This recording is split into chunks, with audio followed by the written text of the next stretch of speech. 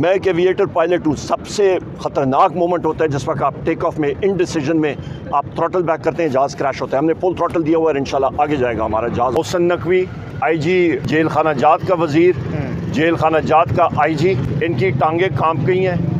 ہونا کیا تھا, ڈر گئی ہے انتظامیہ. یہ care taker government Mohsin Naqvi, آئی جی ڈاکٹر عثمان جیل خانہ جات کا وزیر, جیل خانہ جات کا آئی جی, ان کی ٹانگیں کانپ گئی ہیں. اور سب سے بڑی بات یہ ہے کہ ہمارے پاس آرڈر ہے, کورٹ کا آرڈر ہے, اور وہاں پہ انہوں نے الاؤ کیا ہوا ہے ہمیں کہ آج ہم لوگ مل سکیں. 1.5 گھنٹے سے زیادہ ہو گیا ہے اور ہم لوگ بیٹھے ہیں یہاں پہ اور وہ ہمیں الاؤ نہیں کر رہے ہیں. میں پاکستان تحریک انصاف کا الحمدللہ چیف آرگنائزر ہوں. ہمارے دلوں پہ راج کرنے والے وزیر اعظم قیدی نمبر 804 عمران خان صاحب نے مجھ ناجیز کو نامنیٹ کیا ہے پی ٹی آئی کی طرف سے وزارت عظمیٰ کا الیکشن لڑنے کے لیے. بہت سارے امور ہوتے ہیں جو کہ میں اپنے قائد سے لینا چاہتا ہوں, میں ملنا چاہتا ہوں, میں خود روپوش تھا, اور وہ انسٹرکشنز ہیں آگے انشاءاللہ جس وقت قومی اسمبلی کا اجلاس بھی بلایا جائے گا اس کے حوالے سے. پر یہ ہمیں ملنے نہیں دے رہے ہیں. کس چیز سے یہ خائف ہیں؟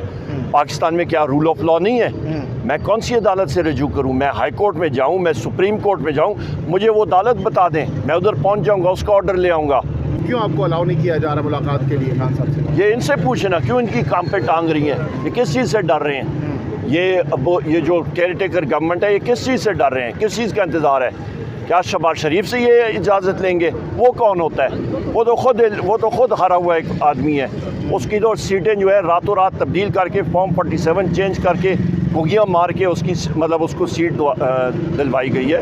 وہ کون سی کیا حیثیت ہے اس کی؟ تو آج کی ملاقات کی کیا خاص بات تھی؟ کون سے امور پر خان صاحب سے آپ نے ڈسکشن کرنی تھی؟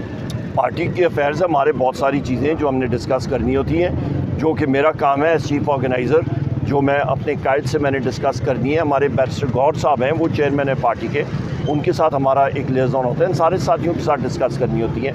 یہاں پہ علی بخاری صاحب ہیں, یہ وکیل ہیں, ان کے پاس ہے ایڈوکیٹ جواد صاحب ہیں, لیگل افیئرز انہوں نے ڈسکس کرنے تھے. تو یہ ضروری چیزیں ہیں اور یہ ڈینائی کیا جا رہا ہے. آپ نے 3 دن پہلے پریس کانفرنس میں کہا کہ حکومت وفاق اور پنجاب پہ آپ بنانے جا رہے ہیں, کہ بالکل انشاءاللہ. کیسے بنائیں گے؟ دوسری طرف انہوں نے بھی نمبرز پورے کر لیے ہیں آپ کے خلاف مخالف. وہ ایسے نمبر انہوں نے ڈبا نمبر پورے کیے ہیں, جس طرح کے فارم 47 انہوں نے جعلی قسم کے بنائے ہیں. یہ میرے ساتھ ان کے پاس انہوں نے این اے کا الیکشن اسلام آباد سے لڑا ہے, اور علی بخاری صاحب نے ایک فارم 45 جو ہے وہ سامنے الیکشن کمیشن کا رکھا ہے, فیصلہ محفوظ. یہ تو وہ ڈبا الیکشن جس طرح کر دیتے ہیں کہ اپنی مرضی کا رزلٹ دینا, یہ وہ انگریزی میں کہتے ہیں دس از ناٹ آن. شہباز شریف صاحب کہتے ہیں آپ لوگ حکومت کیوں نہیں بنا رہے؟ بنائیں, ہم آپ کو ویلکم کریں گے. تو آپ کے سامنے اس وقت کون سی ایسی چیز ہے رکاوٹ بنی ہوئی ہے؟ ہمارے سامنے کوئی رکاوٹ نہیں ہے. ہم لوگ اپنے نمبرز پہ لگے ہوئے ہیں اور وہ اپنا نمبر پورا کریں. ان کا کیا ہے 40 سیٹیں, 40 اوریجنل, ان کی 40 سیٹیں بمشکل, جہاں پہ شہباز شریف اور نواز شریف جو ہیں وہ ہارے ہیں اپنی سیٹیں, اور ان کو اگلے دن جو ہے وہ جتایا گیا ہے الیکشن. وہاں پہ ریٹرننگ افسر نے جو ڈنڈی ماری ہے, اس نے ان کے فگرز پہ فارم 47 کو اس نے آروز نے ریٹرننگ افسران نے فارم 45 کو نہیں دیکھا. انہوں نے فارم 47 کو انہوں نے فکٹیشیسلی چینج کیا اور اس کی بنا پہ ان پہ لائے, اور ان کا اوریجنل نمبر 40 سے کم ہے. اسی طرح پیپلز پارٹی کا کم ہے.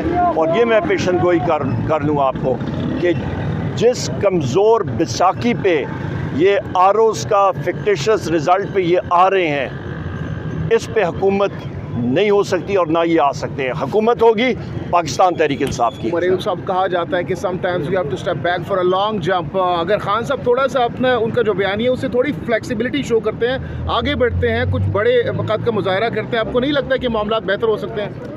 میں ایک ایویٹر پائلٹ ہوں. سب سے خطرناک مومنٹ ہوتا ہے جس وقت آپ ٹیک آف میں ان ڈیسیجن میں آپ تھروٹل بیک کرتے ہیں, جہاز کریش ہوتا ہے. ہم نے فل تھروٹل دیا ہوا ہے, انشاءاللہ آگے جائے گا ہمارا جہاز اور بنے گا پاکستان تحریک انصاف کی حکومت. Thank you. حکومت اگر نہیں بنتی تو کیا لائے عمل ہوگا؟ احتجاج کریں گے, دھرنے ورنے دیں گے؟ آ جائے, ووٹ موقع آئے گا, وہ بھی ہمیں سب کچھ ہمیں آتا ہے طریقہ. ہم لوگ پولیٹیکل ورکر ہیں, ہمیں جیلوں میں ڈالا گیا, لاٹھی چارج ہوئی, ٹیئر گیس شیلنگ ہوئی, تشدد ہوا, سب کچھ ہوا. ہمارے لوگوں کو اٹھایا گیا, انفورس ڈسپیئرنسز کی گئی, کیا کچھ نہیں کیا گیا, اور آج بھی ہم لوگ کھڑے ہیں انشاءاللہ.